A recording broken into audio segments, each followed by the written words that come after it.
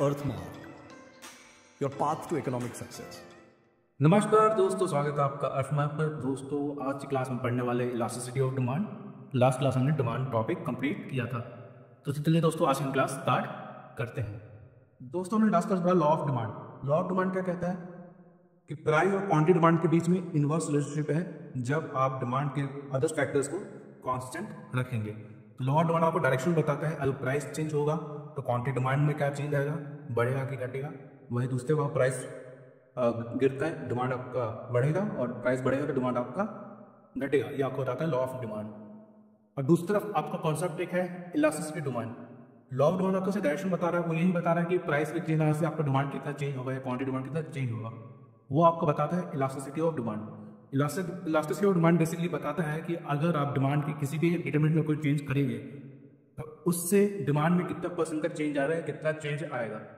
तो यहाँ पर डिफरेंस क्या दोनों बीच में, लॉ ऑफ डिमांड और इलास्टिक डिमांड के बीच में। लॉ ऑफ डिमांड आपको डायरेक्शन बताता है कि प्राइस में चेंज से डिमांड किस तरफ चेंज करेगा, जो बेसिक आपका इनवर्स रिलेशनशिप है। वही दूसरा आपका इलास्टिसिटी डिमांड बताता है कि अगर किसी भी एक डिटरमिनेंट डिमांड किसी भी फैक्टर डिटरमिनेंट में कोई चेंज आता है तो उससे डिमांड में कितना चेंज आएगा। तो ये था आपका दोनों बीच में basic difference. Law of demand आपका क्वालिटेटिव स्टेटमेंट होता है, इलास्टिक डिमांड आपका क्वांटिटेटिव स्टेटमेंट होता है। ये इंपॉर्टेंट पॉइंट है, यहाँ से इसको याद रखिएगा।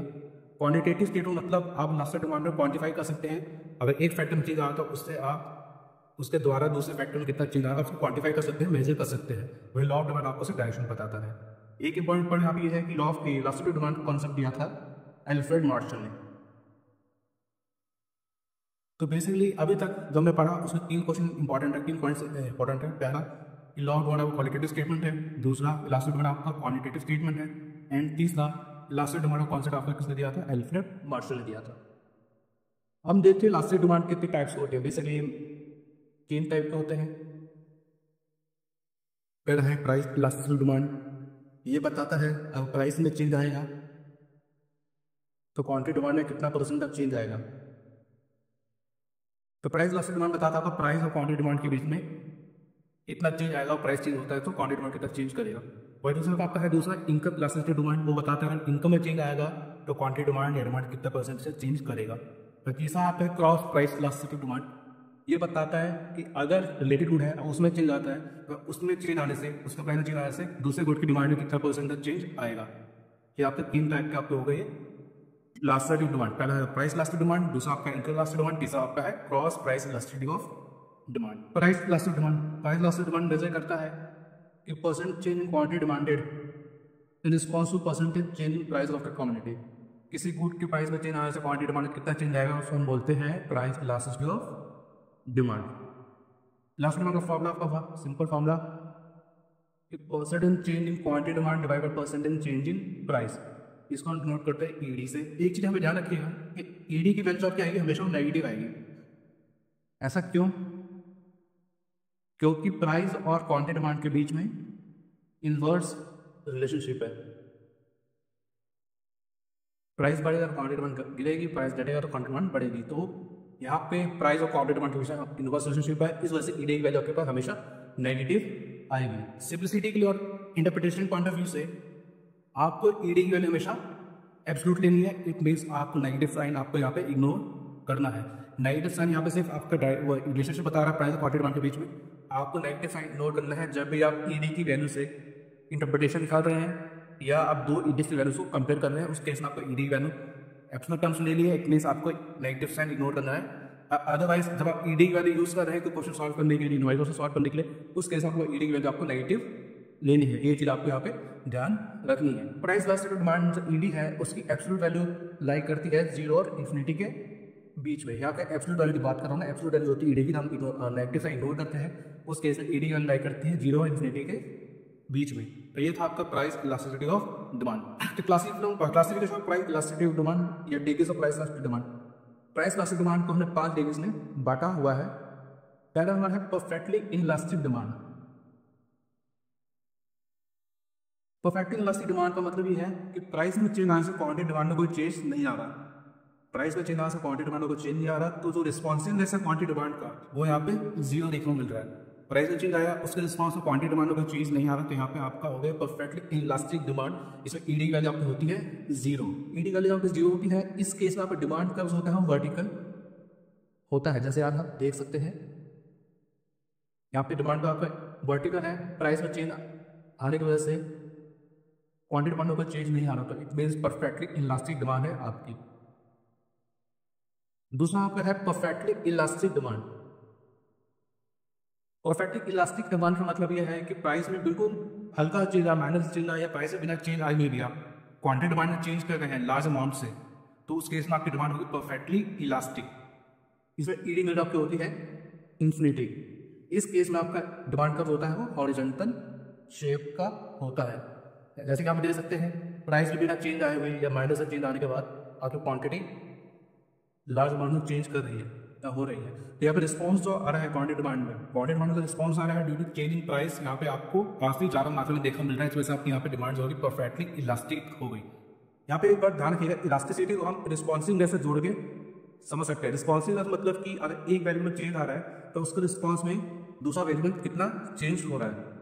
अगर वो ज़्यादा चेंज हो रहा है, लेट्स से प्राइस में चेंज आने से क्वांटिटी डिमांड में चेंज को देख रहे हैं, प्राइस में चेंज आने से क्वांटिटी डिमांड चेंज हो रहा है, अगर ज़्यादा अमाउंट में चेंज हो रहा है तो उस केस में आपकी डिमांड जो है काफ़ी रिस्पॉन्सिव है। वही दूसरी बात प्राइस में चेंज आने से क्वांटिटी डिमांड चेंज नहीं हो रही है, हल्की से चेंज हो रही है, तो उस केस में जो डिमांड है वो लेस रिस्पॉन्सिव है, इररिस्पॉन्सिव है उस केस में। तो इलास्टिसिटी को आप रिस्पॉन्सिवनेस से जोड़ के देखिए तो आपको सारी चीज़ें आसानी से क्लियर होगी। नेक्स्ट है in elastic demand. In elastic demand के केस में एब्सोल्यूट वैल्यू होती है ईडी की वो लेस देन 1 होती है। इस केस में क्या होता है, percent change in quantity demand है एब्सोल्यूट टर्म्स में वो कम होता है percent change in quantity, percent change in price. इस केस में आपकी एब्सोल्यूट होती है लेस देन 1। एग्जाम्पल तौर पे अगर मैं कहूँ कि 10% चेंज आ रहा है प्राइस में, 6% चेंज आ रहा है क्वांटिटी डिमांड में, तो इस केस में आपकी इलास्टिक डिमांड क्या होगी, in elastic. Percent formula value put करके देखते हैं क्या था formula, percent change in quantity demand divided percent change in price, percent change in price. इस केस में 10% चेंज 6% चेंज आपका क्वांटिटी डिमांड में आ रहा है, 10% चेंज आपका आ रहा है प्राइस में, तो आपका 0.6। यहाँ पे एब्सोल्यूट वैल्यू जो है 0.6 आ गई, that is less than 1। It means आपकी डिमांड जो है इलास्टिक है। इलास्टिक डिमांड मतलब जो है कि डिमांड आपकी रिस्पॉन्स जो करता है प्राइस चेंज वो कम रिस्पॉन्स हो रहा है कंपेयर टू चेंजिंग प्राइस। अब ग्राफिकली देख सकते हैं प्राइस में ज़्यादा चेंज आ रहा है और क्वांटिटी डिमांड में कम चीज़ आ रहा है, इस केस में डिमांड आपकी होगी इलास्टिक। अगला हमारा इलास्टिक डिमांड, इस केस में आपकी ईडी की वैल्यू होती है ग्रेटर देन 1। एब्सोल्यूट वैल्यू जो ईडी होती है उसकी वैल्यू होती है ग्रेटर देन 1। इस केस में क्या होता है, percent change in quantity demand in absolute terms is greater than percent change in price in absolute terms. Example तौर पे 10% चेंज आप प्राइस में आ रहा है, अगर वो उसके कारण क्वांटिटी डिमांड 14% से चेंज आ रहा है, उस केस में आपकी ईडी वैल्यू आपकी होगी 1.4। एब्सोल्यूट वैल्यू ईडी वैल्यू होगी 1.4। इट मींस आपकी डिमांड जो है इलास्टिक है। ग्राफिकल देखते हैं, प्राइस आपका इतने से चेंज हुआ, डिमांड आपकी ज़्यादा चेंज हो रही है, प्राइस कम का हो रही है, तो आपका यहाँ पे हो गया elastic demand. Elastic demand case में आपका ईडी की वैल्यू होती है, एब्सोल्यूट वैल्यू होती है ईडी की होती है ग्रेटर देन 1। इलास्टिक डिमांड का मतलब ये है कि प्राइस चेंज आने से डिमांड में चेंज आ रहा है, वो जहाँ रिस्पॉन्स देखो मिल रहा है क्वांटिटी डिमांड में due to change in price, तो यहाँ पर हो गया elastic demand.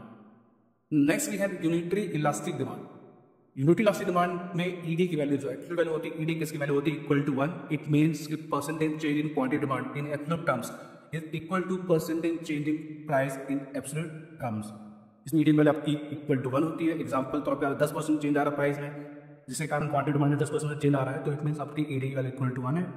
That's called unitary elastic demand. तो हमने प्राइस इलास्टिक डिमांड की डिग्रीज देखी, तो पांच थी। पहले थी परफेक्टली इलास्टिक, इस केस में ईडी की वैल्यू 0 होती है, आपका डिमांड तो होता है वर्टिकल। लेकिन हम देखा परफेक्टली इलास्टिक, इस केस में ईडी की वैल्यू इन्फिनिटी होती है, जिसमें डिमांड होती है आपकी ईडी की वैल्यू होती है परफेक्टली इलास्टिक केस में ईडी वैल्यू की इन्फिनिटी होती है, डिमांड का आपका हॉरिजॉन्टल होता है। जब हमने देखा elastic demand and elastic demand के केस में ईडी की वैल्यू एब्सोल्यूट वैल्यू ईडी है उसकी वैल्यू लेस देन 1 होती है, एंड इलास्टिक डिमांड के केस में एब्सोल्यूट वैल्यू जो ईडी है उसकी वैल्यू ग्रेटर देन 1 होती है। और एक चीज़ और टॉपिक मैं बताना भूल गया, हमने देखा इलास्टिक डिमांड और इलास्टिक डिमांड। अगर मैं एक ग्राफ पे दो डिमांड आप ड्रॉ करूँ, एक ये हो गया, उसका कलर चेंज कर लेते हैं अगले वाले के लिए, और एक हो गया ये लाल वाला। हमने दो डिमांड ड्रॉ की, एक ब्लैक वाला है, एक रेड वाला है। ब्लैक वाला डिमांड का जो D1 है, D1 वो आपका स्टीपर है as compare to red one. Red वाला जो डिमांड का वो आपका फ्लैटर है, जिसे हम D2 से नोट किया। तो इन दोनों डिमांड का केस में कौन सा डिमांड आपका इलास्टिक है, आप ये बता लें। सिंपल फंडा ये है, जो डिमांड का जितना फ्लैटर होगा वो उतना ही इलास्टिक होगा।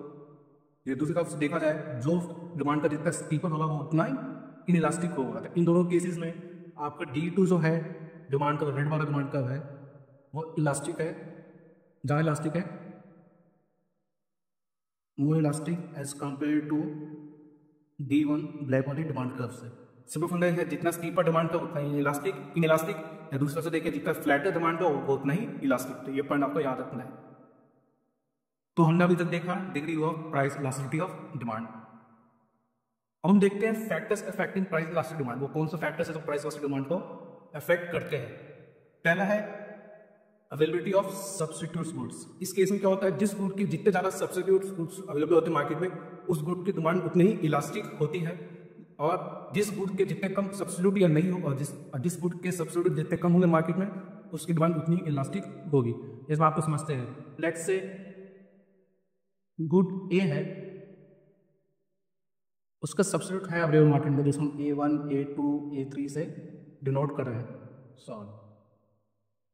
अब गुड ए का प्राइस में चेंज आता है, लेट्स से गुड ए का प्राइस बढ़ जाएगा, उसके इसमें क्या होगा, लोगों पर ऑप्शन है कि वो सब्स्टिट्यूट गुड्स को की तरफ मूव कर जाए। गुड ए का प्राइस बढ़ गया, वो एक्सपेंसिव हो गया कंपेयर टू सब्स्टिट्यूट गुड्स।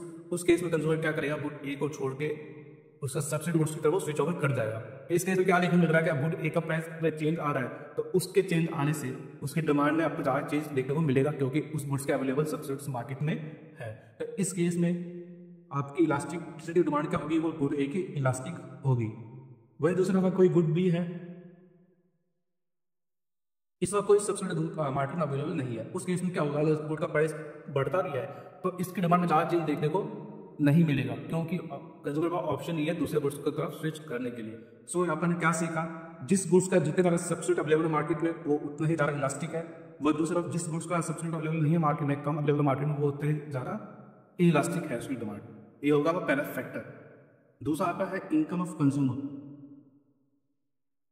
जो रिच पीपल होते हैं, जो वेल्दी पीपल होते हैं, उनको प्राइस में चेंज आने से ज़्यादा दिक्कतें महसूस नहीं होती।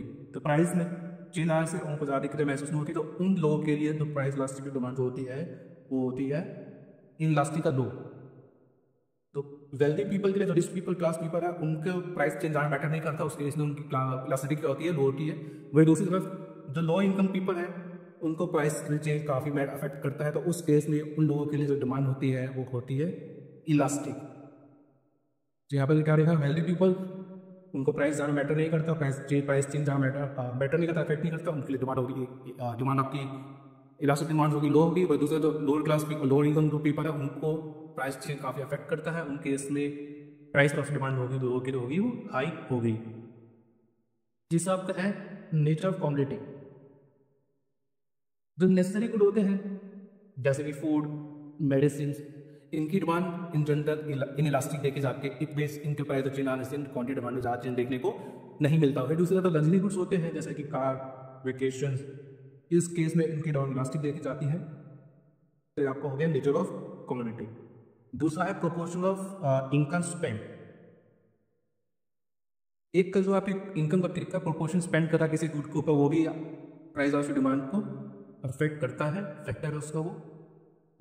एग्जाम्पल तौर पे अगर एक कंज्यूमर अपनी इनकम का एक छोटा पोर्शन स्पेंड कर रहा है किसी गुड के ऊपर, तो उस केस में उस गुड की डिमांड होगी इन इलास्टिक या लो होगी। वही दूसरी तरफ अगर कंज्यूमर किसी गुड पे अपने इनकम का बहुत बड़ा हिस्सा स्पेंड कर रहा है, तो उस केस में उस गुड की डिमांड होगी वो इलास्टिक या हाई इलास्टिसिटी केस में देखा जाएगा। एग्जाम्पल तौर पे माचिस, सॉल्ट, इन गुड्स के ऊपर कंज्यूमर अपनी इनकम का बहुत ही छोटा सा पोर्शन स्पेंड करता है, तो इस केस में इनकी डिमांड इलास्टिक देखी जाती है। वही दूसरी तरफ कार हो गया, कार में इंसान कंज्यूमर अपने इनकम का काफ़ी बड़ा हिस्सा स्पेंड करता है, तो इस केस में कार की डिमांड के केस में कंज्यूमर का जो इलास्टिक डिमांड होगी कार के, वो हाई होगी। तो ये आप ना चीज़ लिखेंगे जो मैंने आपको बताया। अगर है यूजेस ऑफ द प्रोडक्ट, इसका मतलब ये हुआ अगर किसी एक गुड के मल्टीपल पर्पस में आप यूज़ कर सकते हैं, तो उस केस में उसकी डिमांड इलास्टिक देखी जाती है।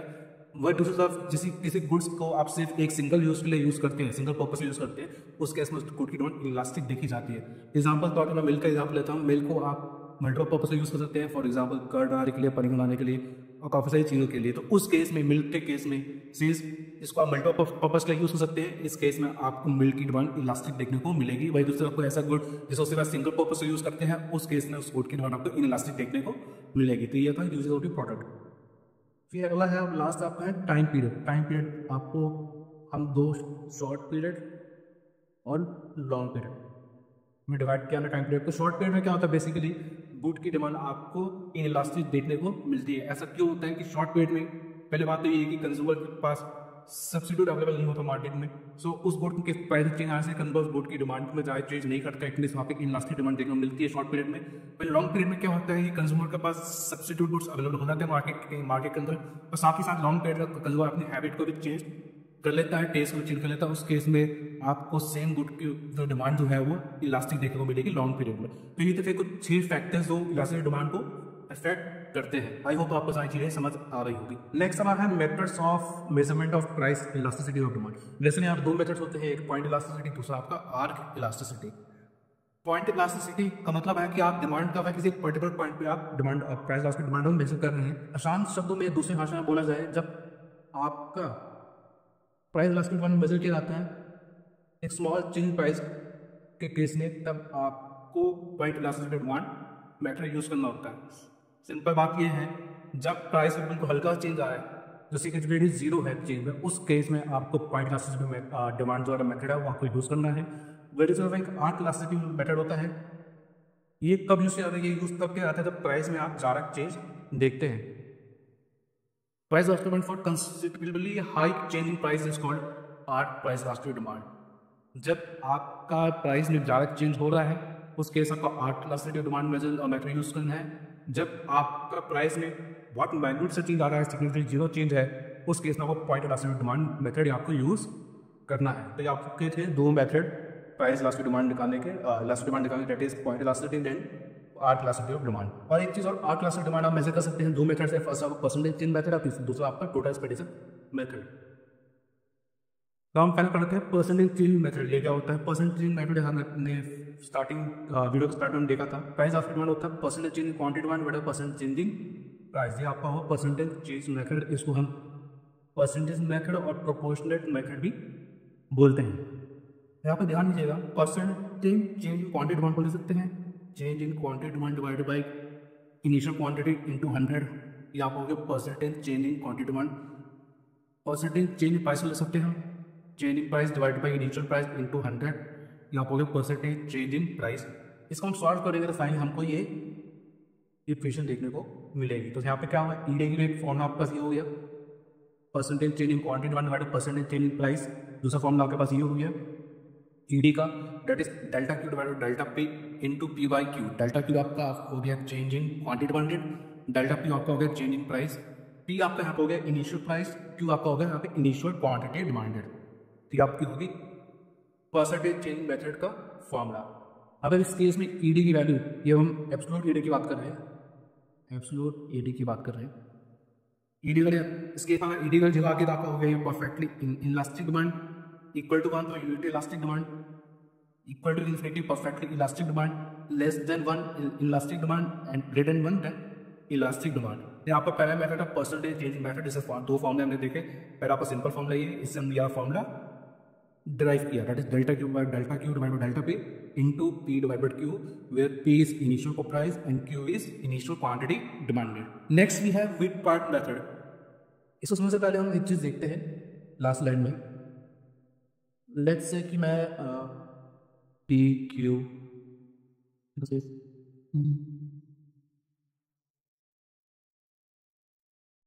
से एक सिनेरियो गिवन है कि प्राइस पहले 10 है, 10 से 5 हुआ, उस केस में क्वांटिटी वन आपकी 5 से 10 हो गई। तो डेल्टा क्यू यहाँ पे कितना आया, यहाँ पे निकालते हैं। डेल्टा क्यू कितना है, 10 से 5 बढ़ गया, 5 आ गया। डेल्टा पी यहाँ पे आपका आ गया -5। डेल्टा पी मतलब कितना चेंज आया प्राइस में? प्राइस 10 था पहले, 10 से 5 हो तो -5 से यहाँ पे 0 है। डेल्टा क्यू मतलब कि क्वांटिटी कितना चेंज आया, क्वांटिटी पहले वो 5 था आपका, वहाँ पे 5 से 10 हो गया, जहाँ पे आपका 5 आ गया। अब ईडी का फॉर्मूला है delta Q by delta P, P by Q. Delta Q 5, delta P -5, P आपके इनिशियल प्राइस पहले 10 था आपका, इनिशियल क्वांटिटी आपकी 5 थी, तो आपका यहाँ पे हो गया -2, एब्सोल्यूट टर्म्स में हो गया 2। तो आप यहाँ पे देख सकते हैं कि जब इस सिनेरियो में जब प्राइस 10 से घट के 5 हुआ और क्वांटिटी वन आपकी 5 से बढ़ के 10 हुई, उस केस में आपकी ईडी वैल्यू एब्सोल्यूट टर्म्स में 2 निकल के आ रही है। अगर मैं इसी सिनेरियो को दोबारा कंसिडर करूँ, इसमें याद देते हैं, अब मैं बोलूँ कि प्राइस आपका 10, क्वांटिटी 5, 5, 10 ये। अगर अब मैं बोलूँ कि इनिशियल आपका प्राइस 5 था, 5 से बढ़ के 10 हो गया, उसकी वजह से आपकी इनिशियल क्वांटिटी जो 10 थी पहले वो घट के 5 होगी। तो इस केस में डेल्टा पी तो वैस रहा आपका 5 से बढ़ के 10 हुआ, 5 हो गया। डेल्टा क्यू आपका हो गया 10 से घट के 5 हो गया, -5 हो गया। ईडी की वैल्यू आपकी आ गई यहाँ पे delta Q by delta P, P divide by Q, -5, 5। अब यहाँ पे इनिशियल प्राइस क्या है, यहाँ पे आपका इनिशियल प्राइस 5 है, इनिशियल क्वांटिटी क्या है आपका 10 है। इस केस में ईडी वैल्यू कितना निकल के आ रही है -0.5, डेट 0.5। यहाँ पर देख सकते हैं कि सेम डेटा के बेसिस से हमको 2 ईडी की वैल्यूज मिली जब हमने उसका इनिशियल पॉइंट हमने चेंज किया। जब हमने इनिशियल पॉइंट 10 रखा प्राइस का, तो उस केस में आप ईडी की वैल्यू 2 निकल के आई। जब हमने इनिशियल प्राइस रखा 5 से 10 पे पहुंचे इनिशियल से फाइनल पे, तो उस केस में ईडी की वैल्यू निकल के आई 0.5। तो सेम डेटा सेट पे हमारी ईडी की 2 वैल्यूज निकल के आ रही है परसेंटेज मेथड के अकॉर्डिंग जब हम इनिशियल वैल्यूज को चेंज कर रहे हैं। तो यहाँ पे डिस्क्रिपेंसी देखने को मिल रही है। इसी को सॉल्व करने के लिए हमारे पास एक नया अप्रोच है, that mid point method. Mid point method solve करता है जो प्रॉब्लम रिलेटेड है परसेंटेज चेंज मेथड से। इसमें क्या होता है, तो percentage change depends on the base of starting point initial leave price quantity. जैसा मैंने देखा पिछले स्लाइड में कि इनिशियल पॉइंट जो है, हम इनिशियल पॉइंट किसको कंसिडर कर रहे हैं, उस पर डिपेंड करता है कि हमारी ईडी वाली क्या आएगी परसेंटेज चेंज मेथड में। तो उसके कारण यहाँ पे आपको 2 अलग ईडी वाइज देखने मिले सेम डेटा सेट के ऊपर। उसको प्रॉब्लम सॉल्व करने के लिए हमारे पास नया मेथड है मिड पॉइंट मेथड। इसमें क्या होता है कि आप इनिशियल प्राइस इनिशियल क्वांटिटी होता है, आप उसको रिप्लेस कर देते हैं एवरेज वैल्यू ऑफ क्वांटिटी और एवरेज वैल्यू ऑफ प्राइस। जैसे हमने क्या देखा, ईडी की वैल्यू आपकी यहाँ पे हो गई delta Q by Q into 100, delta P by P into 100। ये आपका परसेंटेज चेंज मेथड बताता है, जिसमें क्यू आपका इनिशियल क्वांटिटी, पी आपका इनिशियल प्राइस। तो मिड पॉइंट मेथड में क्या करते हैं, हम क्यू को रिप्लेस कर देते हैं Q2 प्लस Q1, जो आपके 2 क्वांटिटी है उसके एवरेज से। अब P को रिप्लेस कर देते हैं हम P2 प्लस P1, जो हमारे 2 प्राइस है उसके एवरेज से। तो बेसिकली बेस जो होता है परसेंटेज चेंज निकालने का, क्वांटिटी डिमांड और परसेंटेज चेंज निकालने का प्राइस में, उसको बेस में रिप्लेस करके average value of quantity and price. तो यहाँ पे देख सकते हैं ये आपका फॉर्मूला हुआ। इसको आप सॉल्व करेंगे तो आपके पास कुछ ये निकलेगा। इसको कंपेयर करके देखिए, हमारा इनिशियल फॉर्मूला था वो था ED equal to delta Q by delta P into P divide by Q. ये आपका इनिशियल फॉर्मूला था परसेंटेज चेंज मेथड से। तो डेल्टा क्यू आपका सेम वही है। हमने पी को रिप्लेस किया, हमने P2 प्लस P1, हमने क्यू को रिप्लेस किया Q2 प्लस Q1 से। तो ये आपका था मिड पॉइंट मेथड। तो मिड पॉइंट मेथड आपको जो प्रॉब्लम्स है related to percentage change method उसको सॉल्व करने का एक जरिया सॉल्यूशन प्रोवाइड आपको करता है। तो ये था आपका mid point method, important method है, ध्यान रखिएगा।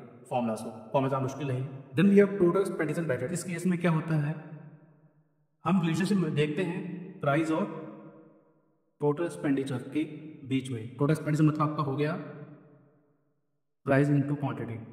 तो टोटल एक्सपेंडिचर मेथड के केस में प्राइस और टोटल एक्सपेंडिचर के बीच रिलेशनशिप देख कर फाइंड करते हैं कि प्राइस और डिमांड यहाँ पे क्या होगा।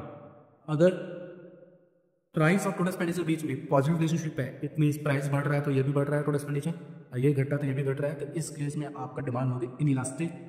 अगर प्राइस और टोटल एक्सपेंडिचर बीच में पॉजिटिव रिलेशनशिप इनवर्स रिलेशनशिप है, इट मींस अगर प्राइस बढ़ रहा है तो टोटल एक्सपेंडिचर घट रहा है आपका, और अगर प्राइस घट रहा है और टोटल एक्सपेंडिचर आपका बढ़ रहा है तो उस केस में आपका डिमांड जो होगा वो होगा इलास्टिक।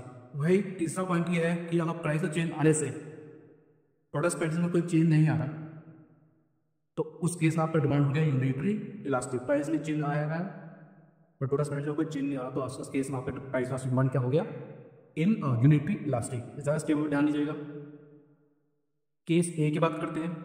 जब प्राइस 6 था, क्वांटिटी डिमांड आपका 10 यूनिट से, अगर प्राइस 6 से 5 हुआ घट गया तो क्वांटिटी डिमांड आपका 20 हो गया। तो टोटल एक्सपेंडिचर क्या हुआ, 6 बाई 6 60। टोटल एक्सपेंडिचर क्या होगा, प्राइस 5 पे 100। यहाँ पर देख सकते हैं प्राइस केस 1 में प्राइस घट रहा है तो आपका क्वांटिटी टोटल एक्सपेंडिचर जो है वो बढ़ रहा है। इनवर्स रिलेशनशिप है दोनों बीच में, इट मीन्स आपका प्राइस ऑफ डिमांड क्या हो गया, वो इलास्टिक हो गया। केस बी में देख सकते हैं जब प्राइस 4 है, प्राइस 4 पे क्वांटिटी डिमांड 30 यूनिट्स है, सो आपका टोटल एक्सपेंडिचर क्या हो गया 120। प्राइस 3 हुआ तो 50 से 3 पे गया प्राइस, तो आपकी क्वांटिटी डिमांड 40 यूनिट्स है। देन इस केस में क्वांटिटी टोटल एक्सपेंडिचर आपका हो गया 120। तो यहाँ पे देख सकते हैं आप केस बी में प्राइस गिर रहा है बट टोटल एक्सपेंडिचर आपका कांस्टेंट है 120 पे, तो इस केस में कोई ईडिंग आपकी क्या होगी, equal to 1, that is unitary elastic. Then case C में प्राइस 2 पे क्वांटिटी डिमांड आपकी 50 यूनिट्स है, सो आपका टोटल एक्सपेंडिचर कितना हुआ 100, एट 50 इंटू 2 100। वही जब प्राइस 2 से गिर के 1 पे आया तो आपके क्वांटिटी डिमांड 60 यूनिट्स है, देन आपका टोटल एक्सपेंडिचर कितना हुआ 60 इंटू 160। तो केस सी में देख सकते हैं आप प्राइस आपका गिरा तो टोटल एक्सपेंडिचर भी आपका गिरा, तो यहाँ पे आपको पॉजिटिव रिलेशनशिप है टोटल एक्सपेंडिचर प्राइस के बीच में। सो आपका यहाँ पे प्राइस ऑफ डिमांड क्या हुआ, वो होगा इनइलास्टिक, या आपको लेस देन 1। तो ये था आपका टोटल एक्सपेंडिचर मेथड, इसको हम टोटल आउटकम मेथड भी बोलते हैं। तो अभी हमने जो पीछे 2 मैट्रिक्स पढ़े, वैसे 3 पाए, वो आपके आ गया आर्क इलास्टिसिटी कॉन्सेप्ट के अंदर। एक आपका अगला कॉन्सेप्ट जो आता है वो आता है पॉइंट इलास्टिसिटी कॉन्सेप्ट, जिसका एक मेथड है जो उसको बोलते हैं ज्योमेट्रिक मेथड। जैसे हम जानते हैं कि पॉइंट इलास्टिक मेथड के केस में हम तब यूज करते हैं जब आपका प्राइस में बहुत ही मैन्यूट से आपको बिल्कुल हल्का चेंज आ रहा है, सिग्निफिकेंटली जीरो चेंज आ रहा है, उस केस में आपको पॉइंट इलास्टिक मेथड यूज करना पड़ता है, जिसका अंदर पहला आपका जो मेथड है वो है ज्योमेट्रिक मेथड। इसका फॉर्मूला होता है according to geometric method, ED is equal to line segment below the point on the demand curve divide by line segment below above the point of the demand curve. Let's say हम इस demand curve पे point C पे find करना चाहते हैं कि price elastic demand कितना है। इसका फॉर्मूला क्या हो गया, lower segment above upper segment, point C के नीचे वाला हिस्सा डिवाइड बाय पॉइंट सी के ऊपर वाला हिस्सा डिमांड कर्व का, जब से डिवाइड करेंगे उससे आपको ईडी वैल्यू निकल के आएगी। देख सकते हैं कि पॉइंट सी पे लोअर सेगमेंट जो है वो भी और अपर सेगमेंट है दोनों बराबर है, तो इस केस में वैल्यू क्या आगे ईडी निकल के 1 आ गई। तो यहाँ से हम ये चीज देखने को मिली है कि लीनियर डिमांड कर्व के केस में तो मिड पॉइंट है डिमांड कर्व का, उस पॉइंट पे आपकी ईडी की वैल्यू आपकी हमेशा इक्वल टू 1 होगी, दैट इज यूनिटरी इलास्टिक होगा। हमें पॉइंट डी पे चलते हैं। पॉइंट डी पे देखा हमने लोअर सेगमेंट जो है पॉइंट डी पे, नीचा हिस्सा पॉइंट डी पे जो है वो बड़ा है पॉइंट अपर सेगमेंट से, तो फॉर्मूला के अनुसार इसमें ईडी वैल्यू जो निकल के आएगी वो आएगी greater than 1। In the same way point ई पे देखते हैं, पॉइंट ई पे लोअर सेगमेंट जो है छोटा है वो अपर सेगमेंट से, तो हमारा ईडी वैल्यू निकल के आएगी लेस देन 1। वही पॉइंट ए पे वाई एक्सिस इंटरसेप्ट पे आपकी ईडी वैल्यू इन्फिनिटी होगी, सेम फॉर्मूला के अकॉर्डिंग। वही पॉइंट बी पे that is x axis intercept पे आपकी ईडी वैल्यू निकल के आएगी 0 अकॉर्डिंग टू दिस फॉर्मूला। तो यहाँ पे देख सकते हैं मिड पॉइंट आपकी ईडी वैल्यू इक्वल टू 1 निकल के आता है यूनिटरी इलास्टिक। मिड पॉइंट से ऊपर का रीजन जो है वो आपका इलास्टिक रीजन है, उस रीजन का आपका डिमांड जो इलास्टिक है। तो बेसिकली मिड पॉइंट का ऊपर जो हिस्सा जो है वो इलास्टिक है और मिड पॉइंट नीचा हिस्सा जो है वो इनइलास्टिक है। इसमें यहाँ ला देता हूँ, ये आपका हो गया demand curve, linear demand curve. ये आपको हो गया मिड पॉइंट, जैसे ये मिड पॉइंट है, मिड पॉइंट इसमें आपकी ईडी जो है वो 1 है। मिड पॉइंट से ऊपर हिस्सा जो है उसको बोलते हैं elastic region, elastic region. Mid point से नीचे हिस्सा जो है इसको हम बोलते हैं elastic region. X axis intercept हमारी ईडी की वैल्यू हमारी होती है इक्वल टू 0, परफेक्टली इलास्टिक। और वाई एक्सिस इंटरसेप्ट हमारी ईडी की वैल्यू हमारी होती है equal to infinity, perfectly elastic. यहाँ पर क्वांटिटी है, यहाँ पे आपका प्राइस है। तो ये था आपका geometric method price of demand को मेजर करने का। तो हमने टोटल 4 मेथड पढ़े प्राइस ऑफ डिमांड मेजर करने का। पहला आपका परसेंटेज चेंज मेथड है, दूसरा आपका था मिड पॉइंट मेथड जो आपको प्रोवाइड करता है जो प्रोडक्ट रिलेटेड है परसेंटेज चेंज मेथड से। देन हमने पढ़ा टोटल एक्सपेंडिचर मेथड जिसमें प्राइस और टोटल एक्सपेंडिचर के रिलेशनशिप देखकर प्राइस ऑफ डिमांड को फाइंड किया जाता है। देन हमने देखा ज्योमेट्रिक मेथड।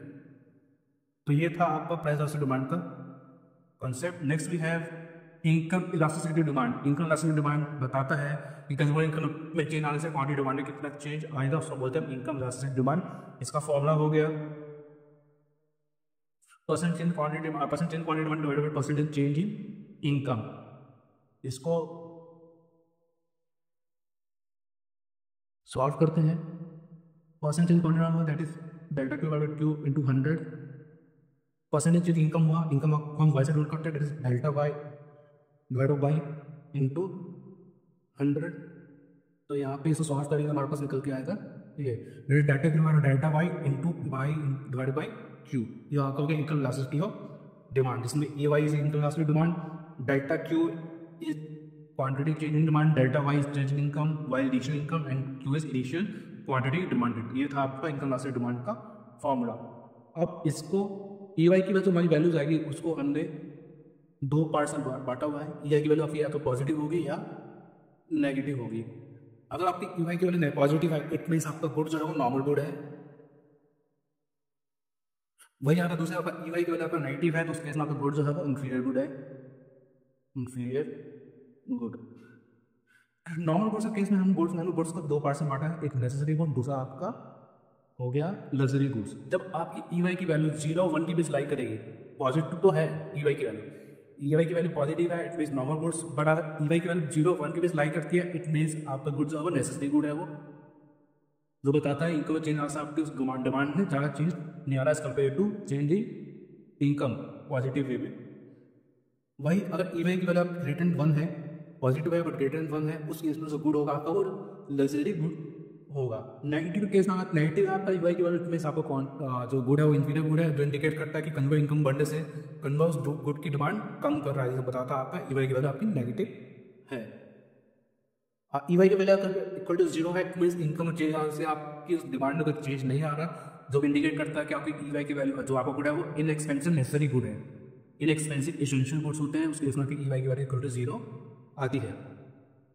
तो ये था आपका classification of goods on the basis of income elasticity of demand. E Y की वैल्यू ग्रेटर पॉजिटिव है तो आपको नॉर्मल गुड्स है, जिसको हम दो पार्ट से बांटा। अगर ई वाई की वैल्यू 0 to 1 की बीच लाई करेगी, देन आपका गुड नेसेसरी गुड है। अगर ई वाई की वैल्यू ग्रेटर देन 1 होगी, देन आपका गुड जो है लग्जरी गुड है। देन आपका अगर ई वाई की नेगेटिव होगी, लेस देन 0 होगा, देन आपका गुड जो इंफीरियर गुड है।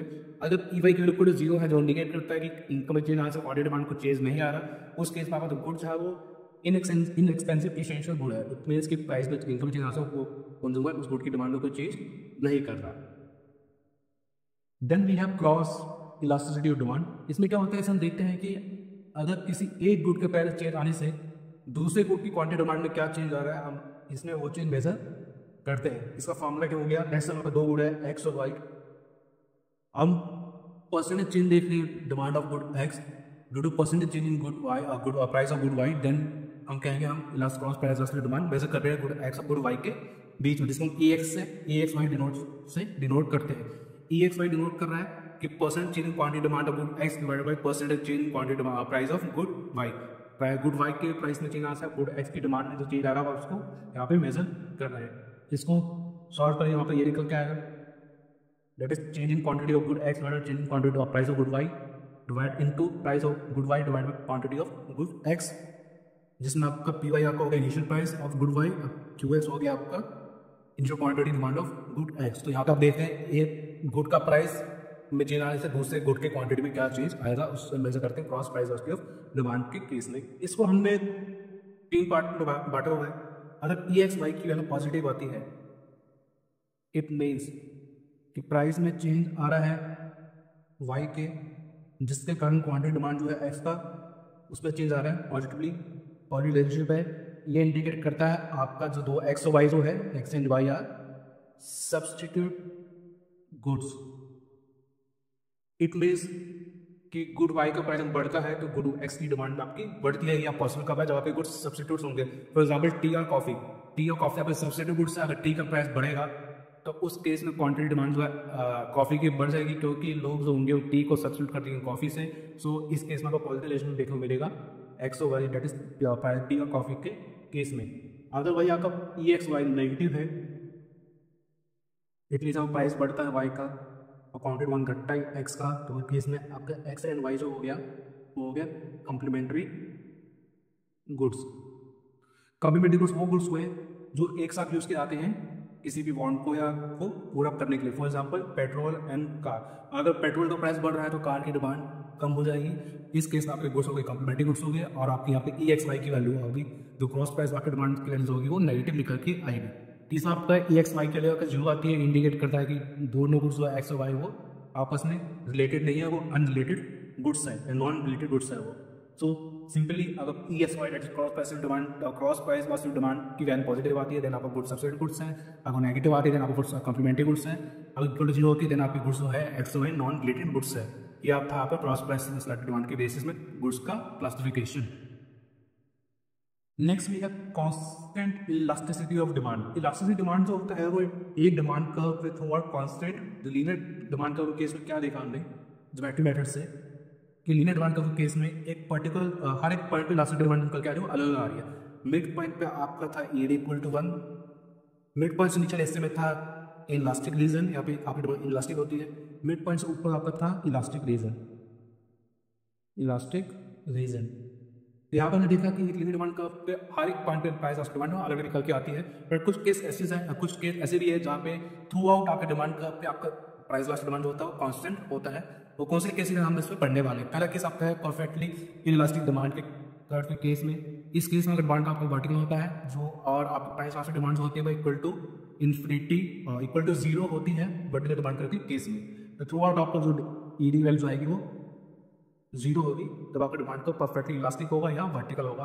वही दूसरा होगा जब डिमांड का परफेक्टली इलास्टिक होगा, इट मीन्स आपका डिमांड का आपका हॉरिजॉन्टल है। इस केस में थ्रू आउट आपका लीडिंग वैल्यू जो भी डिमांड कर पे वो इक्वल टू इन्फिनिटी निकल के आएगी। तो ये आपके दो एग्जाम्पल थे। एक नेक्स्ट आपका है यूनिटरी इलास्टिक डिमांड कर्व। इस केस में क्या होता है, थ्रू आउट आपका डिमांड कर्व पे जो इलास्टिक डिमांड निकल के आती है वो इक्वल टू 1 निकल के आती है। ये कब पॉसिबल है, तो आपका डिमांड का आपका रेक्टेंगुलर हाइपरबोला शेप का होगा। रेक्टेंगुलर हाइपरबोला शेप का मतलब क्या होगा, जस्ट समझते हैं, ये आपका रेक्टेंगुलर हाइपरबोला शेप है।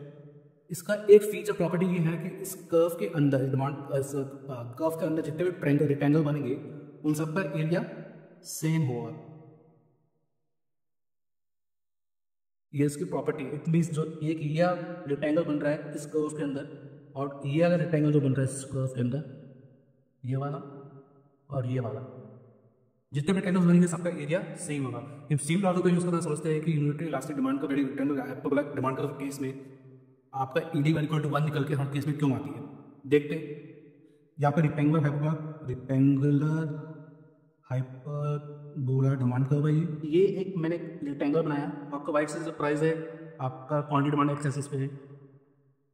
ये रेक्टेंगल का एरिया का निकल क्या है 60 इंटू बेस प्रैक्टिस 1200। कैसा आया, प्राइस हिस्ट्री था, क्वांटिटी आपका था, या तो बेसिकली टोटल एक्सपेंडिचर बता रहा है कितना हुआ। प्राइस 60 पे, क्वांटिटी आपकी 20 है। या आपका रेक्टेंगल बन रहा है, रेक्टेंगल का नाम रेक्टेंगल फॉर्मूला क्या होता है, लेंथ इंटू ब्रेथ। आपका लंबाई इतनी है, लंबाई 60 यूनिट्स है, ब्रेथ चौड़ाई आपकी है 20 यूनिट्स, तो रेक्टेंगल का एरिया कितना निकल रहा है 1200, जो इंडिकेट करता है आपका टोटल एक्सपेंडिचर। वही सेम अगर मैं यहाँ रेक्टेंगल ड्रॉ करूँ तो उसको कलेक्शन से लेता हूँ, अगर मैं यहाँ रेक्टेंगल ड्रॉ करूँ तो उसको ये वाला,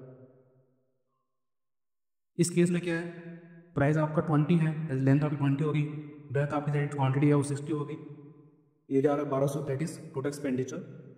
तो आप देख सकते हैं कि दोनों रेक्टेंगल का एरिया आ रहा 1200, दैट इज टोटल एक्सपेंडिचर, वो कांस्टेंट है, सेम है, लेकिन प्राइस में भी चेंज आने के कारण उसमें कोई चेंज देखने को नहीं मिल रहा। तो हमने टोटल एक्सपेंडिचर मेथड में क्या देखा था, अगर प्राइस में चेंज आ रहा है, प्राइस बढ़ रहा है घट रहा है, लेकिन टोटल एक्सपेंडिचर आपका कांस्टेंट रहता है, इस केस में आपकी ED वैल्यू क्या होती है इक्वल टू 1 होती है यूनिटरी इलास्टिक डिमांड। यहाँ पे देख सकते हैं आप रेक्टेंगुलर हाइपरबोला डिमांड का केस में अंदर जितने रेक्टेंगल्स बनेंगे आपका सबका एरिया सेम रहेगा। एरिया रिप्रेजेंट करता है टोटल एक्सपेंडिचर।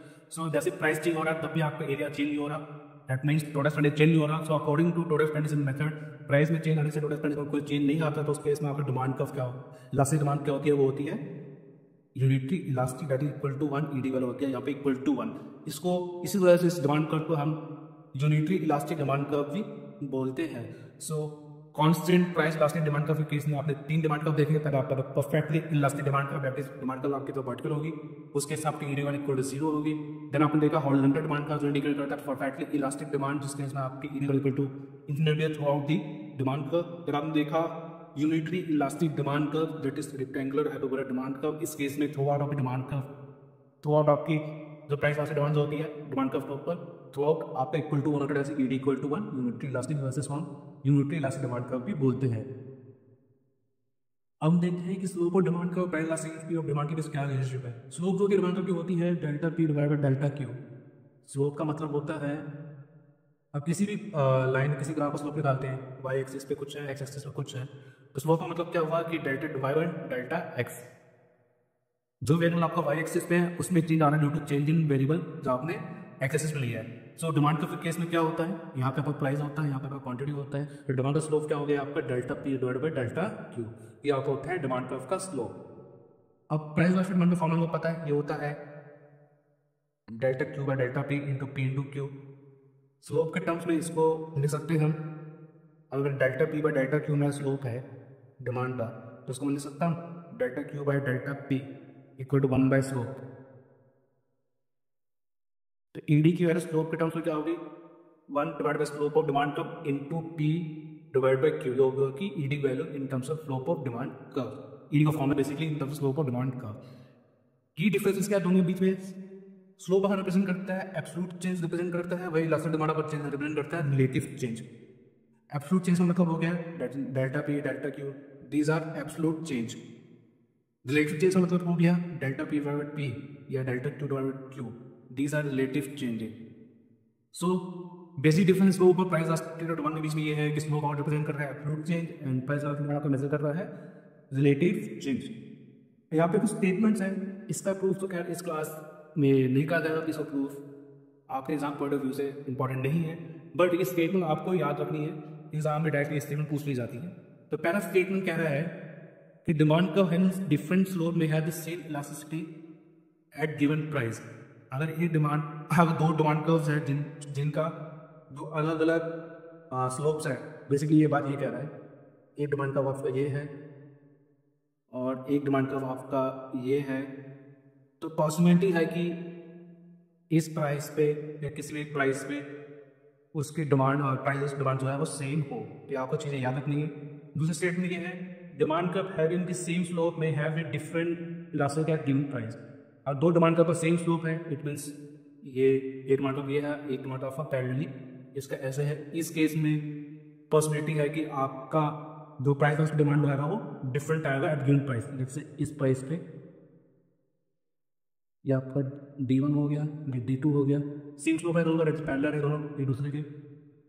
एक पर्टिकुलर पॉइंट पे जैसे P1 पे जो प्राइस इलास्टिक डिमांड होगा D1 और D2 का वो अलग अलग होगा। अब पहला स्टेटमेंट क्या कहता है कि अगर डिफरेंट स्लोप है तो सेम प्राइस इलास्टिक हो सकता है डिमांड का।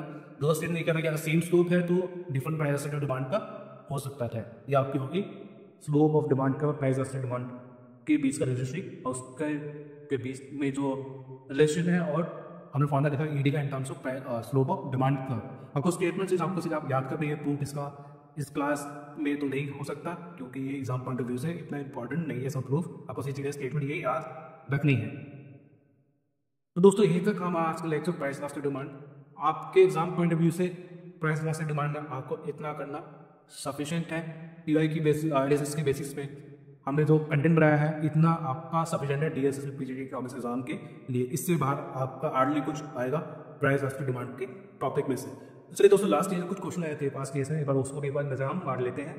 पहला है the arc method is used to measure price elastic demand निकालने। दो मेथड होते हैं, एक आर्क मेथड हो गया, दूसरा पॉइंट मेथड होता है, पॉइंट मेथड। तो आर्क मेथड यूज किया जाता है इलास्टिक डिमांड निकालने के लिए, आर्क मेथड यूज किया जाता है इलास्टिसिटी निकालने के लिए दो पॉइंट्स के बीच में डिमांड कर्व है। तो आपका आंसर क्या होगा ऑप्शन डी। अगला क्वेश्चन है income elasticity of luxury good. जैसे हमने देखा इनकम इलास्टिसिटी ई वाई से डिनोट करते हैं, अगर पॉजिटिव है इतने आपका ये नॉर्मल गुड आपका नॉर्मल है। इसको हमने दो पार्ट में बांटा। पहले ये अगर मेरी ई वाई की वैल्यू 0-1 के बीच लाई कर रही है देन मेरा गुड क्या हो गया उननेसेसरी हो गया, उननेसेसरी। अगर मेरा ई वाई की वैल्यू ग्रेटर देन वाई 1 है इस केस में मेरा गुड क्या हो गया लग्जरी। तो इनकम इलास्टिसिटी लग्जरी गुड के केस में ई वाई की वैल्यू क्या होती है greater than, answer will be option D. Elasticity of demand is a qualitative statement या क्वांटिटेटिव स्टेटमेंट। इलास्टिसिटी डिमांड आपका हो गया क्वांटिटेटिव स्टेटमेंट। जब वो क्वांटिफाई बताता है कि प्राइस में चेंज आने से परसेंट चेंज इन प्राइस से कितना परसेंट चेंज आएगा क्वांटिटी डिमांड के बीच में, ये क्वांटिफाई करता है ये आपका। इसलिए आपका ये हो गया इलास्टिक डिमांड आपका हो गया आपका quantitative statement, that is only statement 2, that's option B. अब आपका क्या है for different goods price elastic demand. अभी हमने देखा कि प्राइस इलास्टिक डिमांड जो इंटरनल का नेगेटिव होता है, बट हम उसको एब्सोल्यूट टर्म्स में लेते हैं, इतने हम नेगेटिव से इग्नोर करते हैं। जब हमको प्राइस इलास्टिक डिमांड के बेसिस पे इंटरप्रिटेशन करनी है या हमें दो ईडीज को कंपेयर करना है, उस केस में हम उसको एब्सोल्यूट लेके चलते हैं। इंटरनल ईडी मतलब आपकी नेगेटिव आती है, क्यों? क्योंकि आपको लॉ ऑफ डिमांड होल्ड करता है विच स्टेज की there is an inverse relationship between price and quantity demand by keeping other factors of demand constant. But given goods के केस में क्या होता है, आपका प्राइस और क्वांटिटी डिमांड के बीच में पॉजिटिव रिलेशनशिप होता है। गिवन गुड आपका law of doesn't hold law of demand, given good आपका लॉ ऑफ डिमांड होल्ड नहीं करता है। इट मीन्स आपका प्राइस और क्वांटिटी डिमांड के बीच में पॉजिटिव रिलेशनशिप है। इट मीन्स एरिया में भी क्या आएगा, गिवन गुड गिवन गुड का एडी भी क्या होगा, हमेशा पॉजिटिव होगा। एडी आप हमेशा क्या होगा, इसमें पॉजिटिव होगा। तो ईडी जो है गिवन गुड के केस में हमेशा वो पॉजिटिव होता है। क्यों होता है? क्योंकि ईडी आपको लॉ ऑफ डिमांड होल्ड नहीं करता, और उस केस में आपको प्राइस और क्वांटिटी डिमांड के बीच में आपका पॉजिटिव रिलेशनशिप है। और प्राइस का चेंज आ रहा है ईडी के गिवन गुड के केस में प्राइस बढ़ रहा है तो क्वांटिटी डिमांड भी आपको बढ़ते हुए दिखेगी, क्योंकि वो लॉ ऑफ डिमांड होल्ड नहीं करता। देन इस answer would be option B, that is positive. Which of following situation is the elasticity less than unity? ED की वैल्यू लेस देन 1 कब होगी? पहले टोटल आउटलेट का मतलब हो गया एक्सपेंडिचर, टोटल एक्सपेंडिचर। क्या है, टोटल एक्सपेंडिचर इंक्रीज करें with decrease in price, it means आपका टोटल एक्सपेंडिचर आपका बढ़ रहा है और प्राइस घटने के कारण। दूसरा स्टेटमेंट है टोटल एक्सपेंडिचर आपका इंक्रीज करें, प्राइस भी इंक्रीज हो रहा है। तीसरा स्टेटमेंट है टोटल एक्सपेंडिचर आपका डिक्रीज हो रहा है विद प्राइस इंक्रीज। तीसरा स्टेटमेंट आपका है, चौथा स्टेटमेंट है टोटल एक्सपेंडिचर आपका कांस्टेंट है, प्राइस में चेंज आने के बावजूद भी। तो हमें टोटल एक्सपेंडिचर मैथड में क्या देखा था, अगर प्राइस और टोटल एक्सपेंडिचर के बीच में पॉजिटिव रिलेशनशिप है देन आपका ईडी होता है लेस देन 1। वही अगर प्राइस और टोटल एक्सपेंडिचर के बीच में नेगेटिव रिलेशनशिप है देन आपका ईडी क्या होता है, greater than 1, that is elastic. अगर प्राइस में चेंज आने से ईडी आपका टोटल एक्सपेंडिचर आपका कांस्टेंट है तो ईडी आपकी वैल्यू क्या होती है, इक्वल टू 1। तो आपको बताना है यहाँ पे कि ईडी 1 लेस देन 1 कब होगी, जब इनके बीच में प्राइस और टोटल एक्सपेंडिचर के बीच में पॉजिटिव रिलेशनशिप होगा। तो पहला स्टेटमेंट कहता है, उसमें कहता है टोटल एक्सपेंडिचर आपका गिर रहा है, बढ़ रहा है प्राइस गिरने से, यहाँ पे आप इनवर्स रिलेशनशिप है तो ये आपका ऑप्शन नहीं हुआ। दूसरा स्टेटमेंट कहता है प्राइस बढ़ रहा है और जिस कारण टोटल एक्सपेंडिचर बढ़ रहा है, पॉजिटिव रिलेशनशिप है, इस केस में आपकी ईडी वैल्यू लेस देन 1 होगी। तीसरा स्टेटमेंट क्या कहते हैं, प्राइस बढ़ने के कारण टोटल एक्सपेंडिचर आपका गिर रहा है, घट रहा है, इनवर्स रिलेशनशिप है, इसमें आपका होगा ईडी ग्रेटर देन 1। चौथा स्टेटमेंट कहता है कि प्राइस आपका गिर रहा है, घट रहा है, बट आपका टोटल एक्सपेंडिचर कांस्टेंट है, इस केस में आपकी ईडी वैल्यू क्या होगी, इक्वल टू 1। तो इस क्वेश्चन का आंसर क्या होगा, ऑप्शन बी।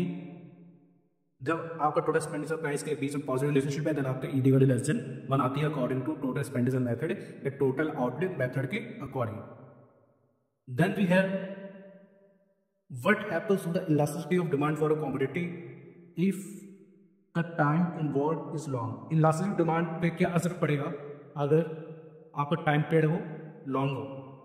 जैसे हमने देखा factors affecting price of demand के जो फैक्टर्स है उसमें जो 6 पॉइंट हमारा होता है टाइम फ्रेम, टाइम पीरियड। जैसे हमने देखा कि शॉर्ट पीरियड के अंदर आपका प्राइस इलास्टिक डिमांड जो होता है वो इलास्टिक होता है, और जैसे टाइम बीतता है लॉन्ग पीरियड में आपका प्राइस इलास्टिक डिमांड जो होता है वो इलास्टिक हो जाता है। ऐसा क्यों होता है कि शॉर्ट पीरियड में आपके पास सब्स्टिट्यूट्स अवेलेबल होते हैं गुड्स के और आपका हैबिट चेंज करने में दिक्कत आती है। ग्रेजुअली क्या होता है लॉन्ग पीरियड में जैसे समय बीतता रहता है उस गुड्स के सब्स्टिट्यूट अवेलेबल होते हैं मार्केट के अंदर, और आपका साथ के साथ हैबिचुअल हैबिचुअली चेंज आता है, टेस्ट में चेंज आता है। लॉन्ग पीरियड में आपका गुड्स होता है वो इलास्टिक हो जाता है। तो बेसिकली प्राइस इलास्टिक डिमांड क्या होता है लॉन्ग पीरियड में वो बढ़ जाता है। प्राइस इलास्टिक डिमांड आपका लॉन्ग पीरियड में, शॉर्ट पीरियड इलास्टिक है, लॉन्ग पीरियड में आपका इलास्टिक है। बढ़ने का मतलब क्या है, एब्सोल्यूट वैल्यूज होती है आपकी लेस देन 0 थी, सॉरी लेस देन 1 थी, लेस देन 1 होती है एब्सोल्यूट वैल्यू ईडी की शॉर्ट रन में, ईडी की एब्सोल्यूट वैल्यूज होती है ग्रेटर 1 होती है वो लॉन्ग रन में। तो जैसा टाइम दिखता है, टाइम अंतराल बढ़ता है, वैसे वैसा आपको प्राइस इलास्टिक डिमांड जो वो इंक्रीज होता रहता है। सो इसका आंसर हो गया option D, that is increase. Next question है, price elastic demand is determined by all the following factor except. दिए गए स्टेटमेंट में से कौन सा फैक्टर है जो प्राइस इलास्टिक डिमांड या इलास्टिक डिमांड को डिटरमाइन नहीं करता। सब्सिट्यूट स्केलेबिलिटी फैक्टर्स है प्राइस इलास्टिक डिमांड की। नेचर ऑफ गुड का नेचर कैसा है, लग्जरी गुड है, नेसेसरी का फैक्टर डिटरमाइन करता है कि इलास्टिक डिमांड क्या होगी। टाइम पीरियड भी डिटरमाइन करता है कि प्राइस इलास्टिक डिमांड क्या होगा। शॉर्ट एंड इलास्टिक होता है, लॉन्ग एंड आपका इलास्टिक होता है।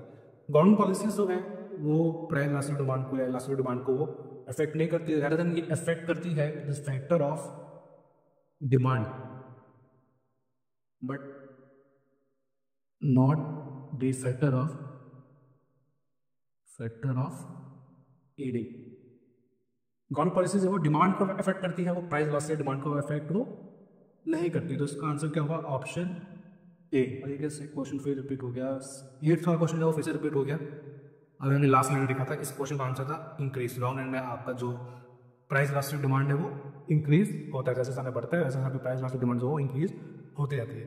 सो हमने देखा कुछ 7 या 8 क्वेश्चन थे, लास्ट 3 पेपर्स हमने एनालिसिस किए हैं DSB PGT के, उसका 7 या 8 क्वेश्चन आए, तो हमारे 2 क्वेश्चन आपको देखने मिल रहे हैं हर साल। तो क्या मतलब ये सिंपल टॉपिक है, आसान टॉपिक है, ज़्यादा कुछ उसके अंदर है नहीं आपके एग्जाम पॉइंट ऑफ व्यू से। तो 2 क्वेश्चन टॉपिक्स आ गए, काफ़ी अच्छी बात है। ऑन एवरेज 2 से ज़्यादा ला सकते हैं। तो ये आपका टॉपिक इस हिसाब से इंपॉर्टेंट तो है, 2 क्वेश्चन आ रहे हैं और ज़्यादा मुश्किल भी नहीं है। तो इस टॉपिक में जो सफिशिएंट था आपके एग्जाम पॉइंट ने करा दिया है। और आपको कोई भी डाउट लगते हैं तो आप हमसे संपर्क कीजिए, हमारी टीम जो है आपके सेवा में हाजिर है हमेशा। तो उसके साथ हम आज लेक्चर कंप्लीट करते हैं, खत्म करते हैं, मिलते हैं आपसे नेक्स्ट लेक्चर में। धन्यवाद।